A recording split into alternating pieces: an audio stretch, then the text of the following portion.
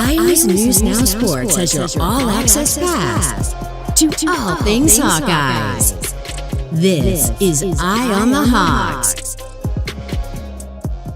Are they disappointed? Yes. Are they really bummed? And yes. But are they, Chicken Little? Absolutely not. Nobody with more topical references than Jensen bringing out Chicken Little. What does that even mean? I wondered if you would get that reference. So, do you know who Chicken Little is? Not really. Sound off in the chat if you're familiar with the Chicken Little. Chicken Little is the story of the sky is falling. Like that. I don't even know the full story, but there's some stuff that ends up falling on Chicken Little, and then they run around and talk about the sky is falling. So what she's basically saying is that the players are not panicking right now. They're not in panic mode about the sky's falling. All right, now I'm up to speed. It's a little bit of a stretch of a reference that kind of made me chuckle on the presser. Like, Jen, you're so old. So unique. She's awesome. Welcome to Eye on the Hawks with the basketball edition. We got the new intro video. Nice work on that. If you put together that intro vid, Mike. That was Darren Fullerton. Oh, nice work by Darren, our promotions guy who gets nominated for Emmys all the time. Well done by him. And we've got the basketball show with Owen Sebring and Mike Howell. We have the social media, little full screen we pull up here. Oh, sure, yeah. Obviously, if you're not watching on the YouTube page, we've got the good video that you can see. We've got a X account that picks up some traction, especially during football and women's basketball season. So follow Eye on the Hawks on X, on YouTube, and on Instagram, of course, with Iowa's News Now as well. Today's episode of somebody's calling me a strange number. Do you answer strange numbers when they call you? I usually don't. Actually, I've been doing it more often just to kind of see if it's a scammer, and then I'll just try and mess with them. You want me to answer? I don't think so. Okay, I think we got to get permission to go live. We got stuff to do. I don't know who this is. But today's episode of Eye on the Hawks could be a little wild. I am just 30 minutes out of getting some dental work done, so my mouth is still a little bit numb on this side. Had to get a couple of fillings replaced, and so Spring Valley Dental got me all hooked up, and we'll see if we can manage through. No free ads. What's that? No free ads. I should have asked him, hey, you looking for the sponsorship deal? We'll help you out. So let's just first talk about the impressions of the first month of the basketball season, both for the men and women. We're going to be focusing a little bit more on the women. They still draw the clicks and the views, but we're going to talk about the men's team as well because they're both looking good so far. You followed the men's team a lot closer than a lot of people I know, Mike. What's been your overall impression of the Hawkeye men's team through their first month of the season? First month of the season, toughest two games I'd say so far they've lost. Okay. I think, to me, when I look at it, I wasn't quite sure what they were going to be coming in. I do like some pieces that they have. I don't think the shooting's been as good as we thought they were coming up, but I was really encouraged by that game on Saturday against Michigan, who's a really good team. They're ranked 14th now in the country. They weren't ranked at the time. Were they not, at least on the Hawkeye schedule, it shows that they're number 23 Michigan at the time? Oh, they were? Okay, maybe they're doing the coaches poll, but I thought they weren't ranked in the AP poll last week. At any rate, they beat Wisconsin on the road, who turns out to be a pretty good team this year. And Michigan's one of I think they're top 11 in defensive efficiency, at least according to KenPom, which Iowa State's ranked 10th. So that defensive, and they have 2 7-footers, so it's tough, especially when Owen Freeman got 2 fouls early, which the first one was BS. But a lot of fight that they put in the second half to get to a spot where they could win the game. Yeah. Would you say that their 2 toughest games they've lost was Washington State not a tougher opponent than like Utah State, for example? I think Utah State, there's a lot to be seen. I'd have to look at their metrics, but Utah State went to the tournament last year, was a damn good Mountain West Conference. Uh-huh. I'm not so sure what West or Washington State. I guess you could clump those two together probably. Mm-hmm. But I know they did lose a lot since they're not in a power conference anymore, and I guess they're in the Mountain West in basketball at least. So maybe you put them in. I'm going to see Utah State's 48th in KenPom. Let's see what Washington State is, 75th. So the metrics say no. Yeah, there's some interesting non-con games coming up, especially between Iowa State, obviously later this week, then New Orleans, and then Utah for their last non-conference game. Not last, but then they have New Hampshire after that. But kind of some interesting opponents coming up. I don't know what Utah brings to the table either. That's in Sioux Falls as well, the Pentagon. Sanford Pentagon with the parquet floor. This early in the season, you look at, I like to look at the metrics like KenPom and Torvik, and the net rankings just came out, I think, last week, but Utah is 64 right now. They're 6-2 and I'd have to see who they played against. But I think it's a game you probably should win. If you're Iowa, that's at least, on a neutral, that's a quad 2, I think.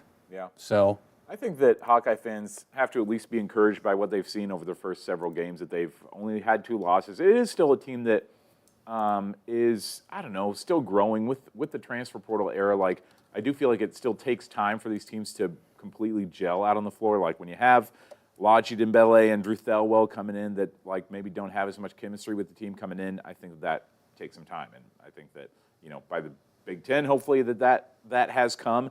But based on what you've seen so far, it at least, I would say, looks like a tournament team, which is maybe different than what we saw last year. Last year, they looked so soft in the first month of the year that this year, they look a little bit better, I think. Yeah, I think this team will be fighting for a tournament spot come March.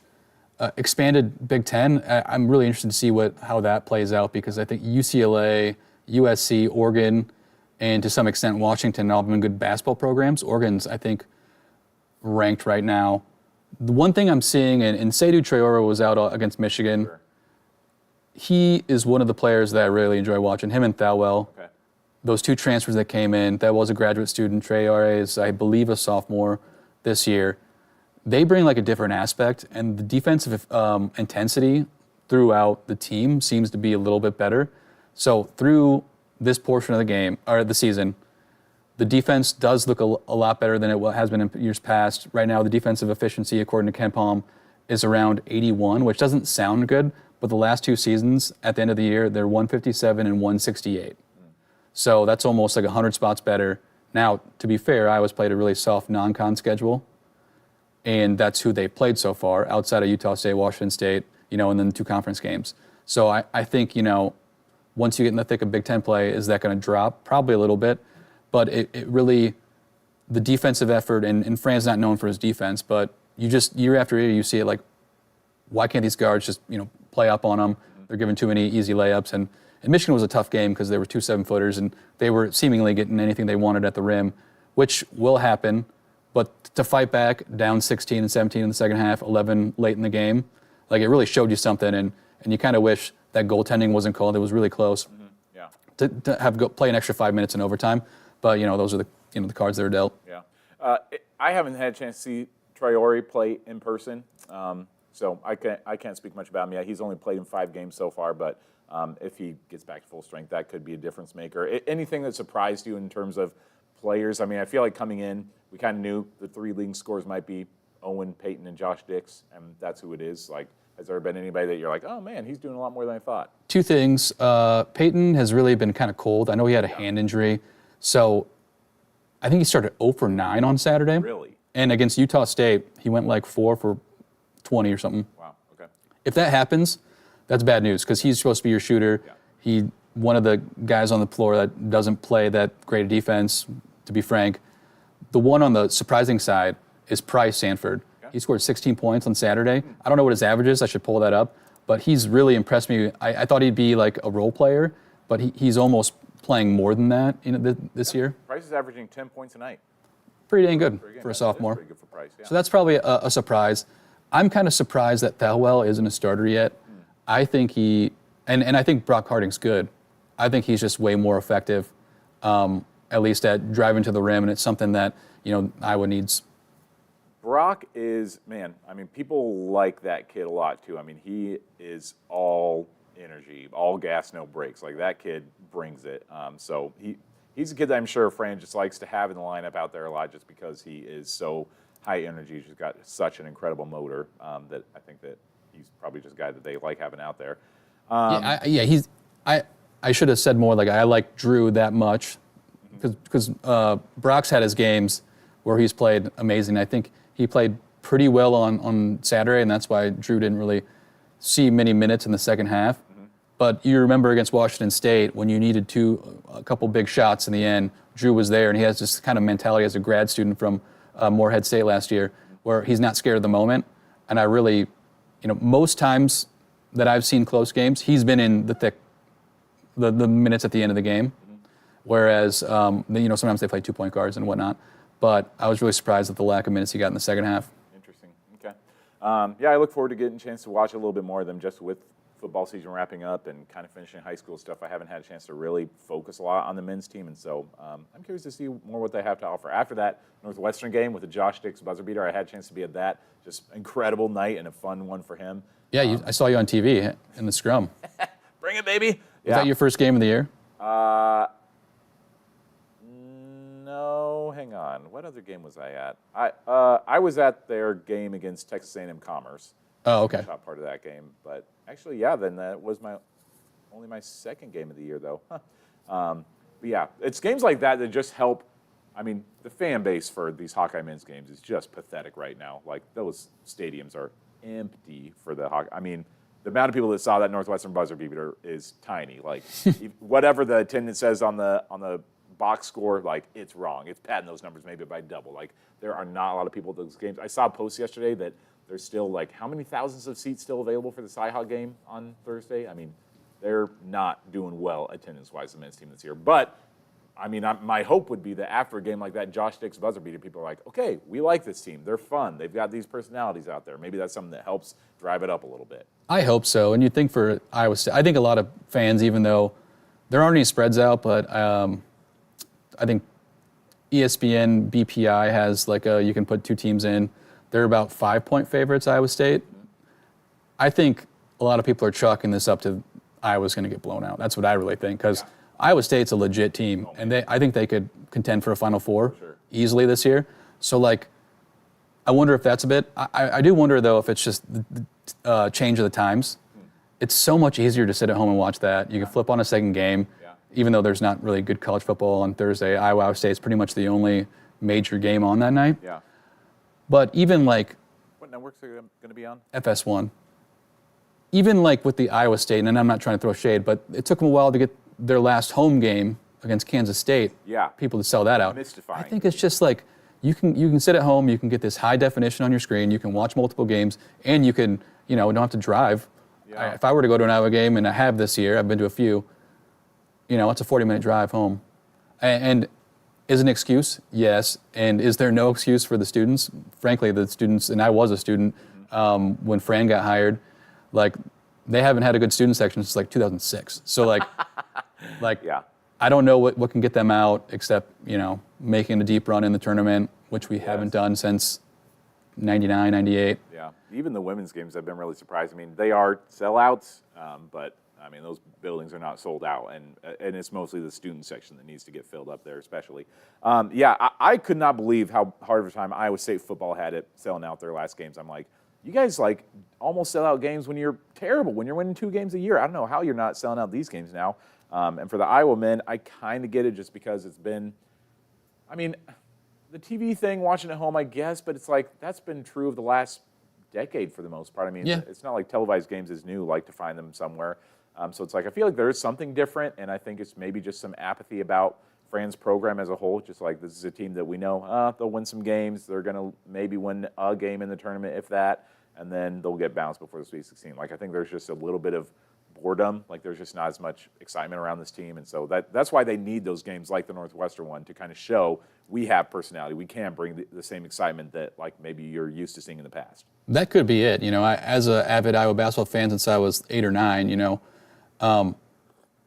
I do think Fran is a good coach. Mm-hmm. I do get frustrated, though, when the defense is as bad as it has been. And then when the shooting's not there or you don't have a Luka Garza, it kind of is like, what's the draw, Although I think these Hawks are better than a lot of people thought they were coming in. I'd say so. I just have to see it during Big Ten play, I guess. Yeah. The next Big Ten game is against Wisconsin on the road. So, like, that's another tough one. And then you host Nebraska. So, that Big Ten schedule, which there's not a lot of home and homes, since the conference is so much bigger, I think there's only 1 or 2. It's going to be interesting to see how that impacts, the season going forward. Yeah. Well, let's switch over to the women's team. They've played 9 games now, I think. Yeah, they're 8-1.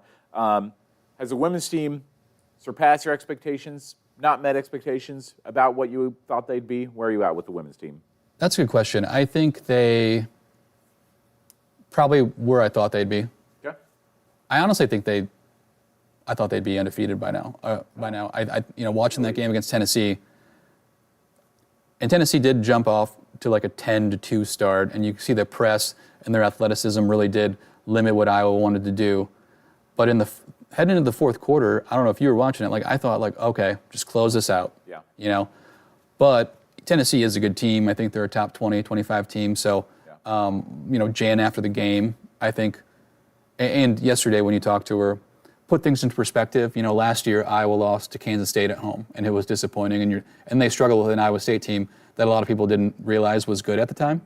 Yeah. And they're like, okay, what is this? Is Iowa struggling? Yeah. And then once the full season goes out, you know, you're like, okay, Kansas State, I think, went to the Sweet 16 or Elite 8, one of those two. They were really good.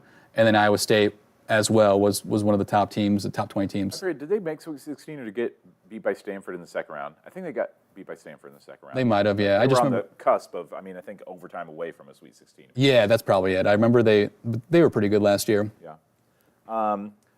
If we can, I suppose, why not go ahead and bring up that Jan soundbite, the one that she kind of talked about, the bumps in the road that this team has had, and just, you know, with some of the struggles they face, that, you know, it's not necessarily something that's new to this Hawkeye team.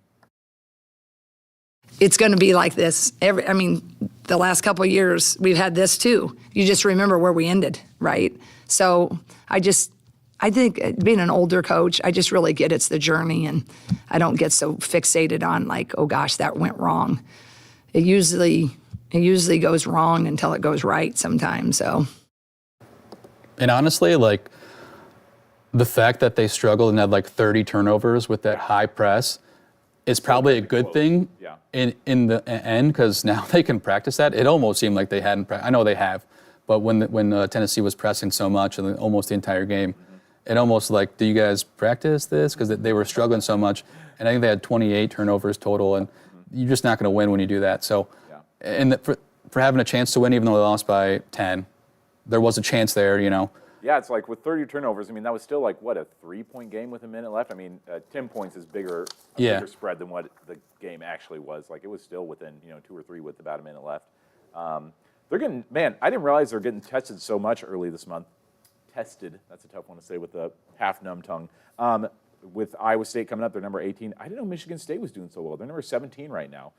So they've got 3 games in a row against essentially ranked opponents, and then Northern Iowa after that, who, UNI beat Iowa State. I don't think that UNI is going to keep it as close with Iowa, but still, a quality opponent, one that's going to give them a good test, I think, at Carver.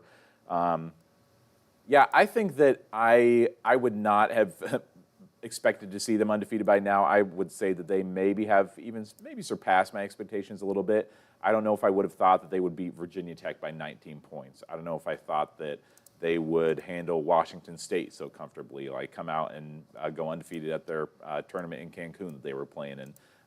I think that I expected them to have some early bumps in the road, and I thought that they might get handed a early loss like they had against Kansas State last year, somebody like BYU or whoever, Kansas maybe knocking them off. But they've had some quality wins so far, and they've set themselves up in a place where they've got some wins that are going to look good on a resume come March. This is not a team that's probably going to be a 1 seed again, but from what I've seen, I think it's a team that could at least compete to host a couple of tournament games again. I think that they do have the potential to be a top 16 team when it comes to the NCAA tournament time. Yeah, I could see that. I guess I corrected myself from earlier. Going into the season, I probably didn't think they'd be 9-0 going into Iowa State. Mm-hmm. But after watching all the games, I just think the Tennessee game, they had the opportunity to win, and they should have. But 8-1 still great. They're ranked. I thought they probably should have been ranked a little earlier. Mm-hmm.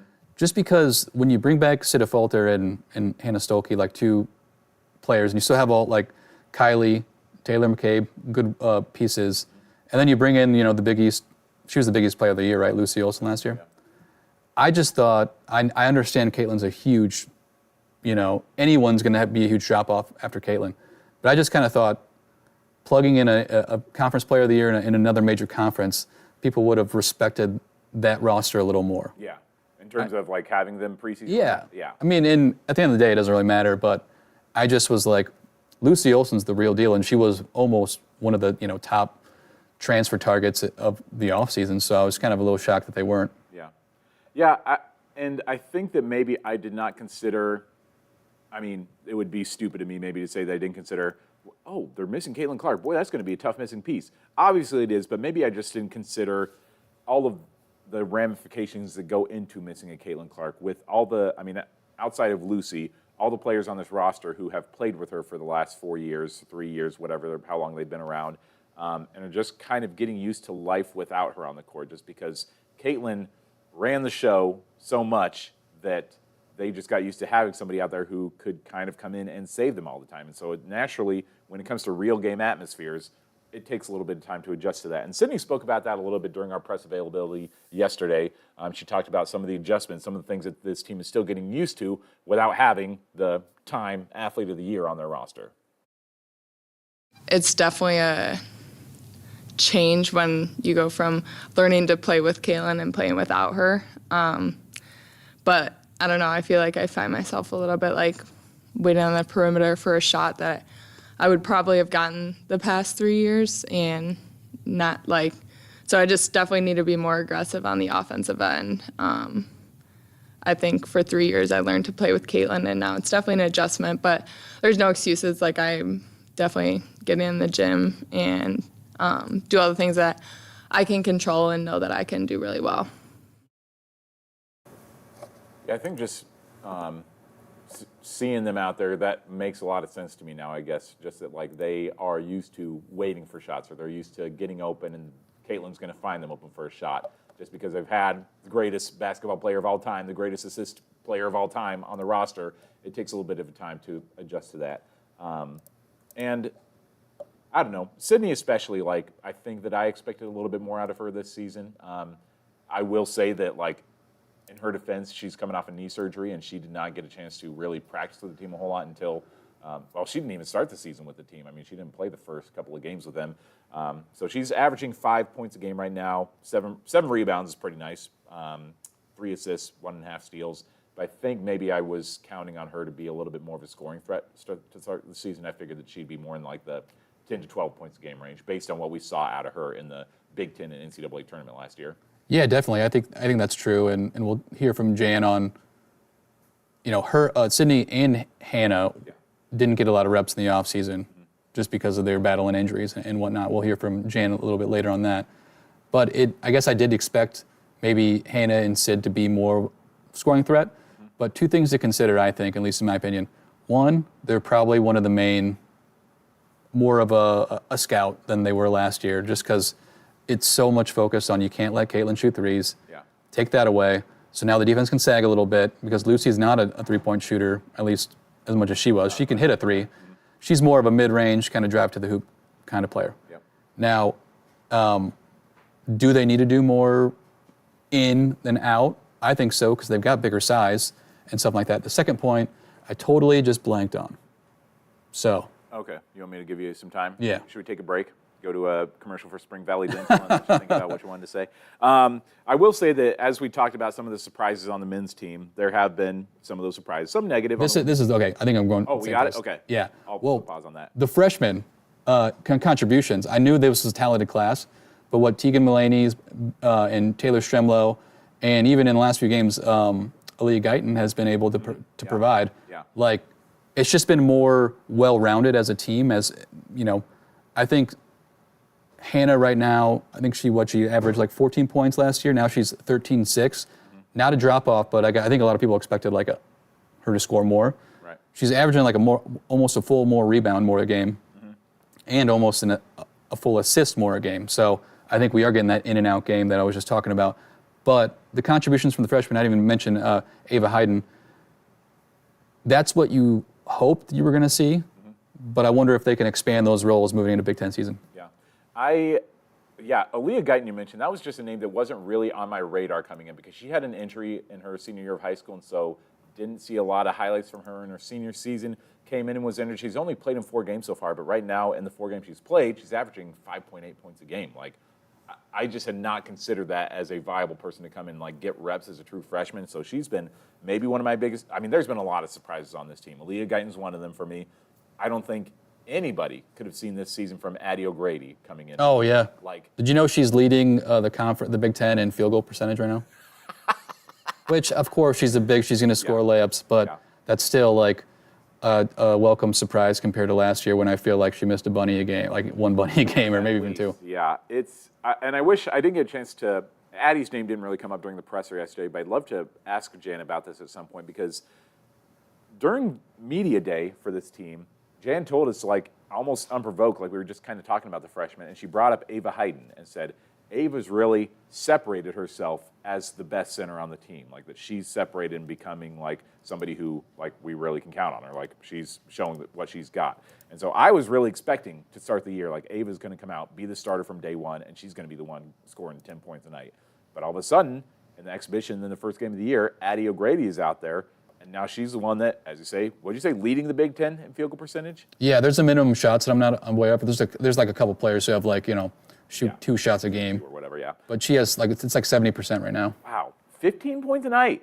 15! Like, I never would have seen that coming from Addie O'Grady. Like, I do wish that maybe we could get more rebounds out of her, averaging five rebounds a game. Like, from your 5, you maybe will want that up in the 7 to 8 range, but it's viable. She's averaging 1.7 blocks a game. Like, this is a player who, like, I hate to, like, rag on anybody on this podcast, like, in a public forum, but it's like, I think everybody had their idea about who Addie O'Grady was and what she was out there. And there were a lot of times where you were kind of holding your breath when Addie got the ball thrown to her. And that is just a completely different narrative this season. Addie O'Grady is reliable. She's a starter for a reason. She's one of the most reliable players out there on the court. Like, just such an incredibly pleasant surprise for Hawkeye fans and for her. Like, I'm happy for her because she, I mean, in that Wright Thompson article about Caitlin Clark, like, Addie's name kind of got drugged through there and was like, ooh, I feel a little bad for what is being said about Addie in here, but boy, she's been outstanding, and I couldn't be happier for her in this season.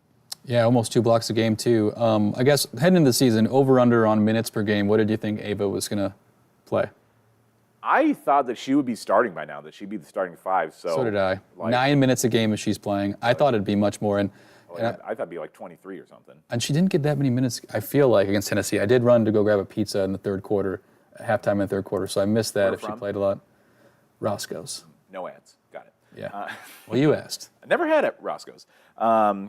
Yeah, so I was expecting more out of Ava, and I don't know what that is. I mean, I'd be curious to pick Jane's brain on this a little bit, just because, like, is it just, maybe she wasn't as far along as she thought she was in the offseason, or, like, she just hasn't shown it in the game so far what she's worth, or is it just because Addie has stepped up in such a big way that we haven't had the necessity to put Ava out there quite as much? But I was really excited for Ava to start the season, and yeah, I mean, it's not like she's doing anything wrong, but there just has not been as much of a sample size to see her minutes on the floor. Well, she may be playing more tomorrow night because I think you have to expect some fouls and a lot of different looks and different players at Audie Crooks because she's a beast.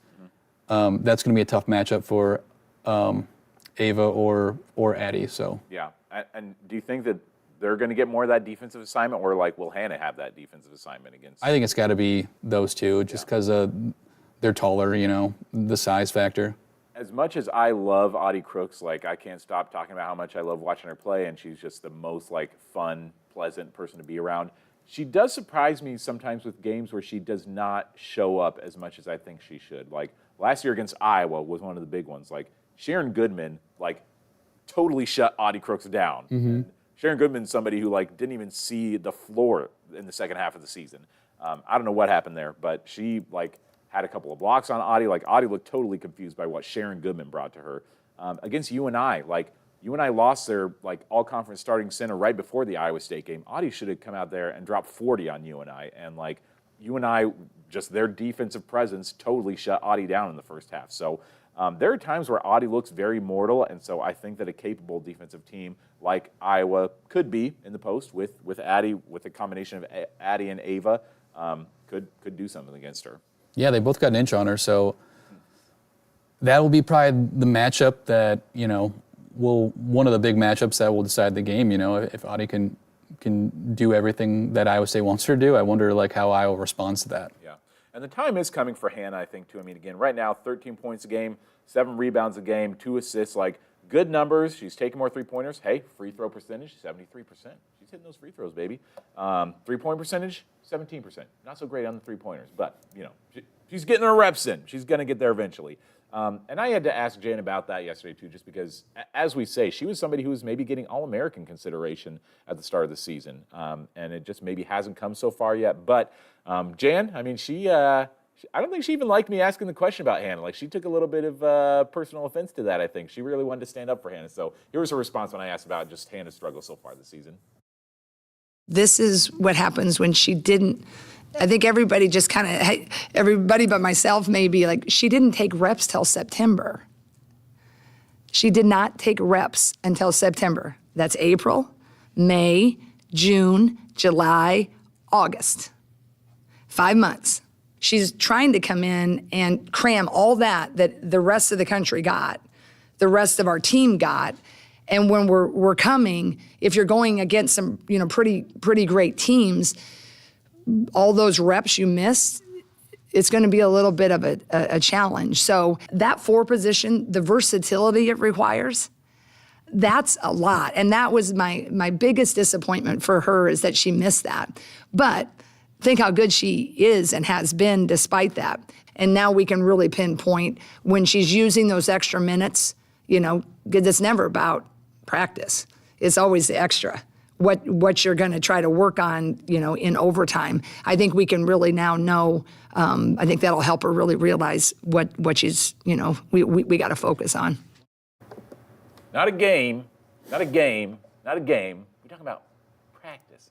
It makes perfect sense. And we knew that in the offseason. We knew about the time that Hannah and Sid had missed, and that, prior to media day, they'd only had maybe a week of Lucy, Hannah, and Sid all getting a chance to practice there. Probably not even then, because Sid was still recovering from the injury at that time, or from her surgery.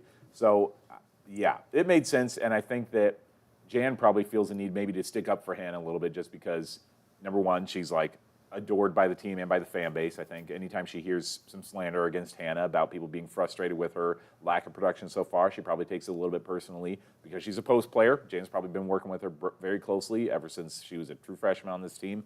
And so I kind of understand her bristling a little bit at somebody maybe asking a question about her. But yeah, it's true. 5 months in the off season where everybody else is out there practicing and getting their reps in the weight room or on the court, that is not an insignificant amount of time to be missed. Yeah, and when you talk about lack of production, I think it's almost, I felt the same when I'm watching this team. I just as a vibe, I'm feeling oh, I thought, Hannah would be a bigger part. But again, when you look at the numbers, last year she scored 14 points a game. This year, 13.6. That's not very far off. So the production isn't that far off. Last year on rebound, 6.6. This year, 7.4, almost full rebound. And then on assists, 1.2 last year, 2.7 this year, so she's improving there, probably kicking it out more when the defense collapses. So when you're looking at it, it's well, is she, producing less? It seems so, but the numbers almost say differently, So I don't know if that's just because, more of the focus was on Caitlin and Kate and Gabby scoring. And then when or maybe it was more so because, when Hannah had a good night, she dropped 48, she'd drop 25 or 30, and it's more steady and less peaks and valleys. Yeah, and I think that's the thing, is that it was just more was maybe expected out of her. I think people thought that she was going to come out and dropping 22 points a night from the get-go, that her and Lucy were just going to be, this All-American tandem from the start.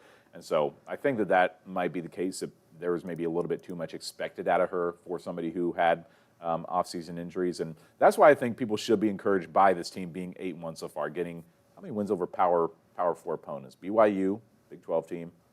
Does Washington State still count as a Power 5, 4 opponent? I've wondered that. I don't know. I don't know if you count that or not. Kansas, they've beat another Big 12 team. Drake is even though they're not Power 4, it's that's a very respectable opponent to win a game at their floor. Virginia Tech beating an ACC team. Some of these wins are really going to come to be a factor at the end of the season. And so with this team already having 8 wins under their belt without a Sydney and a Hannah at 100%, I think should be an encouraging sign. Hannah's still probably going to take a little bit of time, but I think by mid-January, we're probably going to see what Hannah is really fully capable of. Yeah, once that Big Ten season starts, there's a lot of bigs in the Big Ten too. I mean, UCLA is in the Big Ten, and I think Iowa only plays Nebraska twice, so it's again one of those things where you only get one shot, but there'll be some tough matchups for the inside and the post and for Iowa. Yeah, there's that gal from Wisconsin. Sarah. I was like, it's Sarah something. I forget Sarah something. She's legit. And what's their UCLA at home, February 23rd? Lauren Betts still. Yeah. She's. They like handled. Right now, aren't they? I think they're number one. UCLA is. Yeah, they handled South Carolina. Yeah. Man, yeah, that game's going to be a wild one. And then USC is at Iowa City. I don't know. It's true. That's why big play is so important. And I mean, they've got that post player coming in from Alaska who's a hot recruit. But with having Hannah, Ava, and Addie down there is going to be crucial. But they're going to get that big test this week in the Cyhawk matchup. So let's talk a little bit Cyhawk, both men's and women's. While we're on the subject of women, why don't we talk about the women's game? A ranked matchup. Both teams are a top 25 team for, I think, the third out of the last 4 years. They've both been ranked for this matchup. What's your overall impression? I mean, give me a prediction and what you think we're going to see out there on Wednesday. Do you want to hear from Sydney and Jan first, or do you want to do the predictions? They talked about the rivalry. Oh, sure. Yeah. Go ahead. We can run. All right, let's do that. I think it's just a fun game. You know, the way that Iowa supports women's basketball and just this game in general is really special, and we're excited every time we get to play them. But yeah, it's just about composure. There's so much like outside noise and pressure on this game, but it's really just another game, and we just got to play Iowa basketball and play together, and we'll be fine. But more than anything, we're excited, and it's such a fun game to play in. You know, when you're younger, everybody was younger, right? It's like, oh. But I think if you ask all coaches in this big rivalry, there's much more respect than the fan base will let you believe, right? Kind of like politics. It's always the fringe, right? And it's the fringe that gets all the attention, the weird fans on it. It's, yes, do we want to win it? Absolutely. But boy, we recruit a lot of the same kids. Bill's done it a long time. He's great. His staff, I know him well. Yes, a rivalry, but I think they've tested themselves. They played the very best. They played in a hard environment in Northern Iowa. There's no advantage here for us, and just a lot of respect. And we're gonna have to play a heck of a lot better, to really have a great game with them to, put it in a position to be favorable for us. Mike, I think she was talking about you there with the lunatic fringe on the fan base. Was that? I think she was talking about Cyclone Larry. Cyclone Larry and Hawkeye Mike are two polar opposites. It was interesting when she said, too, about there not being an advantage here for us. I mean, I don't think maybe she was calling out the fans. Yeah, or like, I don't know, she was kind of like saying almost like, Carver Hawkeye's not an actual home court advantage for us. I'm like, I don't think that's exactly what she meant, but I think she's just saying, like, even though this isn't like, maybe a real advantage for us because Iowa State, can't play well on the road. It is shocking how much the home aspect of this rivalry, more so on the men's than the women's, but still on the women's too, has played in the Cyhawk series. The Cyhawk men haven't won in Iowa City since, I believe, 2014, so almost a decade. Oh, right. I wrote it down. Let me just check. Yeah, 2014. And the home team has won every game on the men's side every year since 2019. Okay. So, it's just flip-flopped. And then the women, the ISU women haven't won in Iowa City since 2006. That's wild. Yeah. With how good that program is, You think that one year they would just, because Iowa's beaten Iowa State on the road during that time frame. They did last year. Yeah. So it's just an interesting dynamic, and it's a really good couple of Cyclone teams though that are coming into Iowa City. So I mean, they could sweep. That's not out of the realm of possibility. Yeah. I would be a little bit surprised if the Cyclone women did win it, frankly. I mean, I think right now, especially after taking a loss, I think that those are always, it's kind of the cliche about that being a wake-up call, but I think that is like a good time to get a loss before facing Iowa State at home, because it gives you a chance to look at, 30 turnovers. We might have something to work on here. I think that gives them a chance to actually wake up and be like, okay, we're not undefeated anymore. Let's just focus on the things that we need to focus on. And the team is only getting better. I think that as the season goes along, as we talk about them getting more healthy, this team is only going to gel more and more as the year goes along. And the Iowa State women, they have been a little bit of a disappointment to me. I was happy to see them ranked high in the start of the year and see them doing well. Losing to UNI, as much as I loved it as a UNI grad, still a little surprised. they crushed Iowa State in the second half. Like, that game did not even look close in the fourth quarter. Like, Iowa State just looked like they gave up in that game. They got just blasted by South Carolina. That's not a game I expected them to win, but they just got embarrassed against South Carolina. Like, that was a disgraceful performance. Like, you just do not expect that out of a Bill Finley coach team as good as USC is. And even, going against Drake, they had to have a buzzer beater basically by Audie Crooks to win at Drake. I don't know, just not. That was at Hilton, though. Was it at Hilton? Okay, yeah. Sorry, yeah. Makes sense if they had to play at UNI. But, yeah, so I don't know. I mean, they maybe have the same issues with a lot of teams that have a lot of transfers, where maybe it's a gelling, a chemistry thing with a lot of new faces in the lineup. But with Addie Brown and Audie Crooks still coming back and Kelsey Jones, like, there's still enough familiarity with each other that it shouldn't be taking this long to gel. So I don't know what to make of this Iowa State women's team right now. Yeah, it is a little confusing when you look at some of the results, but Iowa did play Drake close too, even though it was in the Knapp Center. Yeah. It was closer than the final score. There was kind of a lot of shooting going on there. I think my official prediction, there's no spreads out for this game, for either game that I could find. But I think I also wouldn't be surprised if Iowa State won, but I think Iowa will win on their home court after a loss. They're not going to let it get 2-0. I think, the defense is going to do its best to keep Audie in check. And I think Lucy and Hannah will have a pretty good game.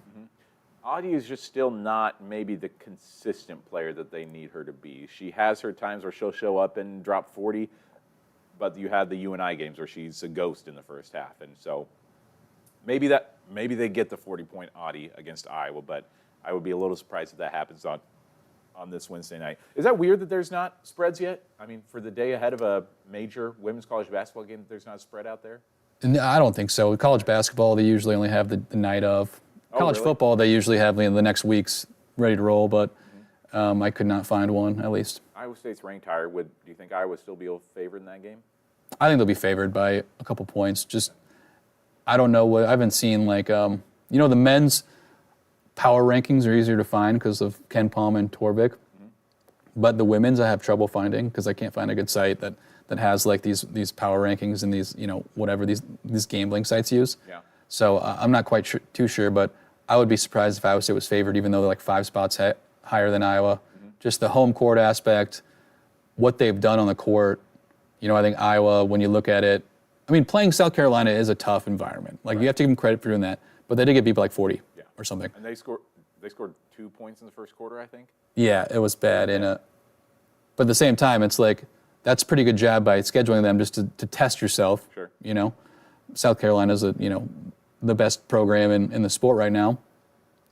But when you look at all the other Power 5 teams or Power 4, I should say, that Iowa's played, I think their resume and their wins look a little bit better than Iowa State's. So. Yeah, I was just going to pull up Iowa State's women's schedule real quick just to kind of remind myself of the games they've played. Outside of South Carolina and Drake and UNI, they haven't played. I guess Central Michigan is their top game, or Indiana State. Yeah, a couple of HBCUs. Middle Tennessee, I think, is a respectable opponent. They usually have a pretty solid women's program. But USC Upstate, there's not a lot of quality opponents on this schedule. I guess I don't know much about St. Thomas.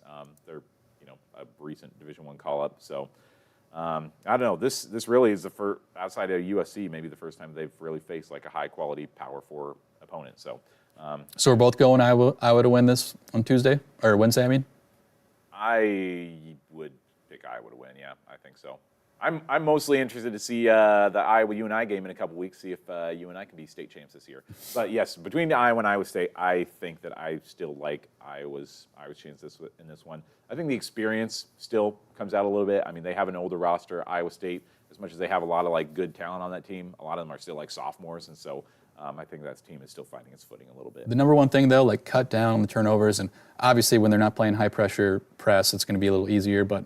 You cannot just throw the ball away as many times as they did last Saturday. Yeah, I was with family, so I didn't get a chance to watch that game. I just saw the box score basically afterwards and was kind of following along with the score online. But yeah, that's ugly. So let's talk about the men's game, because this Iowa State team, I've had a chance to watch their games a couple of times now, and again, I mean, Marquette obviously an elite opponent. They've had also some opponents they've played have been pretty low on the Ken Palm, I imagine. But boy. against that Marquette team, I'm like, is this Iowa State team a national championship contender? Against Auburn, too. They lost the game on a buzzer beater, but Auburn's the second-ranked team in the metrics and I think in the country right now. And then coming back in Maui and beating Dayton, who, you say A10, that's a pretty good team, too. And Colorado, again, by 20 the next night. That's true. Like, that's a pretty good non-con, at least, bucket right there. I think the other teams, not so much, but everyone has those cupcakes. Yeah. But I think Marquette, that was at home, but Auburn at a neutral, those two games, and I'll throw Dayton in there too, are really impressive and like a lot better than anything Iowa's done so far. So I agree. They're just one of those teams that they could go far. I feel like they seem different than other good Iowa State teams. I mean, Iowa State men are like so solid every year, but this team feels different in a way, and I can't quite put my finger on it, like what it is. They can score. Last year they had like the top defensive efficiency. That's true. And this year I think it's taken a step back because obviously if you're the top, it's going to drop. But they have players who can, effectively score.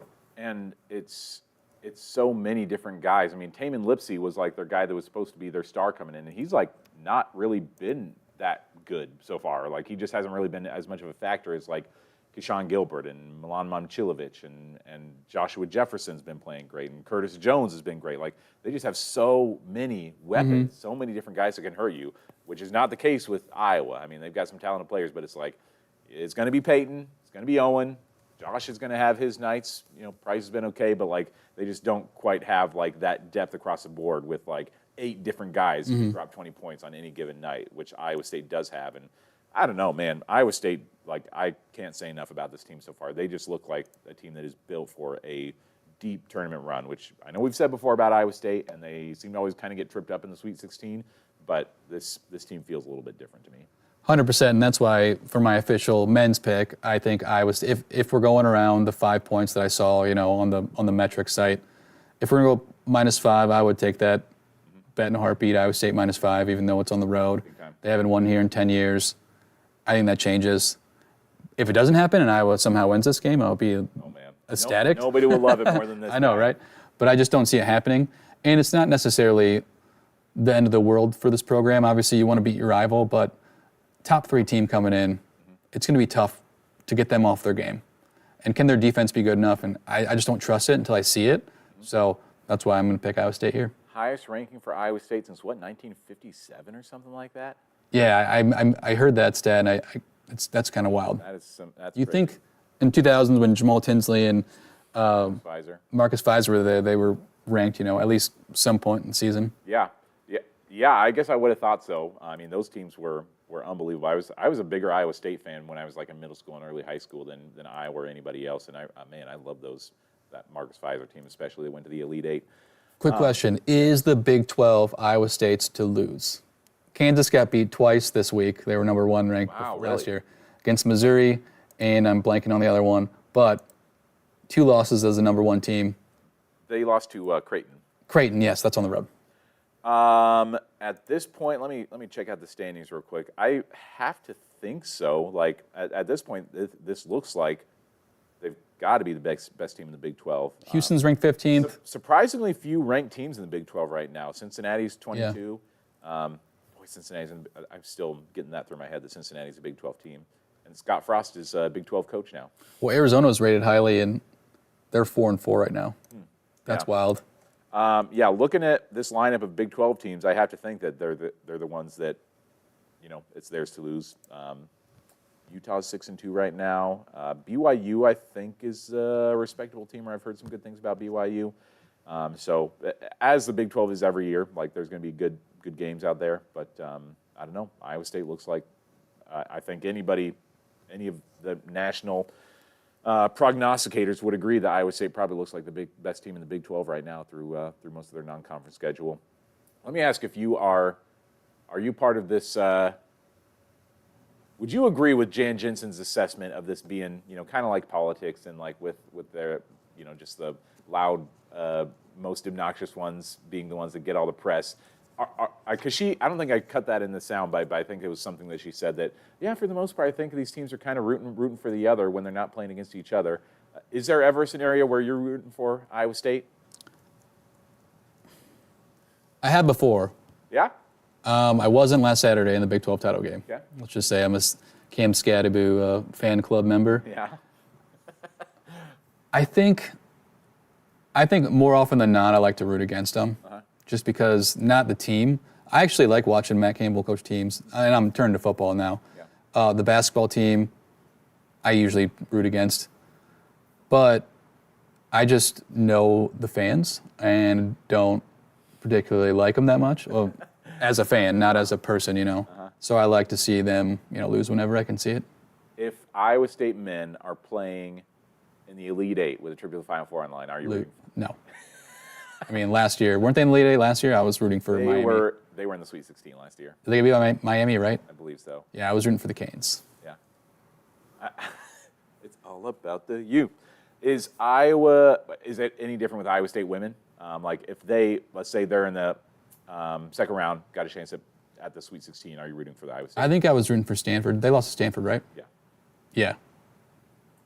So there are very few. Can you name any scenario where you would, or not in the tournament? What's the scenario in which you have rooted for Iowa State in the past? I just remember Matt Campbell's first few years. I think it's the years Iowa beats them in football, and I'm like, if you can win 8 or 9 games, you're tough. You're tough out, and it looks good on a resume. But other than that, when they're like close to history, like I was hoping they wouldn't win their 10th game just so I could still hold that over them. Yeah, and the conference championship, I'm like, no, last time you won the conference championship, Titanic sank. Let's keep that. So that's always fun. Yeah. A little bookkeeping. They lost to Illinois in the Sweet 16 last year. Oh, really? Yeah. 69-72. They lost to Illinois in Boston. Miami must have been the year before. I think that is correct. Miami beat. I get my tournaments mixed up because I feel like Miami beat Drake also the year before, right? Miami went to the Final Four 2 years ago when FAU did. So I was thinking one year in the past. Okay. Anywho, yeah, I as a UNI grad, I'm a little bit. I don't know. I would not say I'm that same way. I also root against UNI. You bastard. Yeah, I would root against Drake in most scenarios. One of the most joyful moments of my life was seeing them when they were a 5 seed in the tournament lose to Western Kentucky on that buzzer beater in that 12-5 upset from 2008, I think that was, 8 or 9. And yeah, seeing them lose in the first round of the tournament the last couple of years when they were there, boy, gave me great joy. Hate Drake. But, I'm at a neutral enough party right now where Iowa State don't really care. I mean, it's better for business when Iowa does well. It's more fun for our workplace environment when Iowa's winning. So I'm happy enough to root for Iowa State outside of those scenarios, though. Got a call you want to take? What's going on? No, I just got a push notification. I was wondering what it was. Anyway, shout out to Dustin. He's one of my buddies that I met at Iowa. His grandparents met at Drake, and he had Drake season tickets. So I actually root for Drake to do well. And that's probably why I don't like UNI. But He's still their coach. Yep. Love it. So at the end of the day, I probably would say, though, that I'm in the same boat. If it's a 5.5 point spread or whatever for Iowa State as a favorite, I would hammer Iowa State all day. Maybe there's some Carver magic out there. Maybe Fran comes out and Peyton plays the game of his life, and he has a thanks for the Mims moment that he. I haven't seen it from Peyton this year. I mean, he just, unless it's against those pasties, he hasn't really played a game where I guess against Northwestern, I thought he played pretty well, but. Yeah, still kind of waiting for his moment to arrive. But I think that's it for now. We're going to have another recap episode of Eye on the Hawks on Friday to go through what we see out of the Cy-Hawk matchups on Wednesday and Thursday. Have a chance to hear from the teams, what comes of it, who's got bragging rights for the next year. So join us then. Make sure you, again, follow Eye on the Hawks on YouTube and Twitter and X and Facebook and Instagram, Eye on the Hawks and Iowa's News Now. For Mike Howell, I'm Owen Sebring, and we'll see you again on Friday to talk more hoops.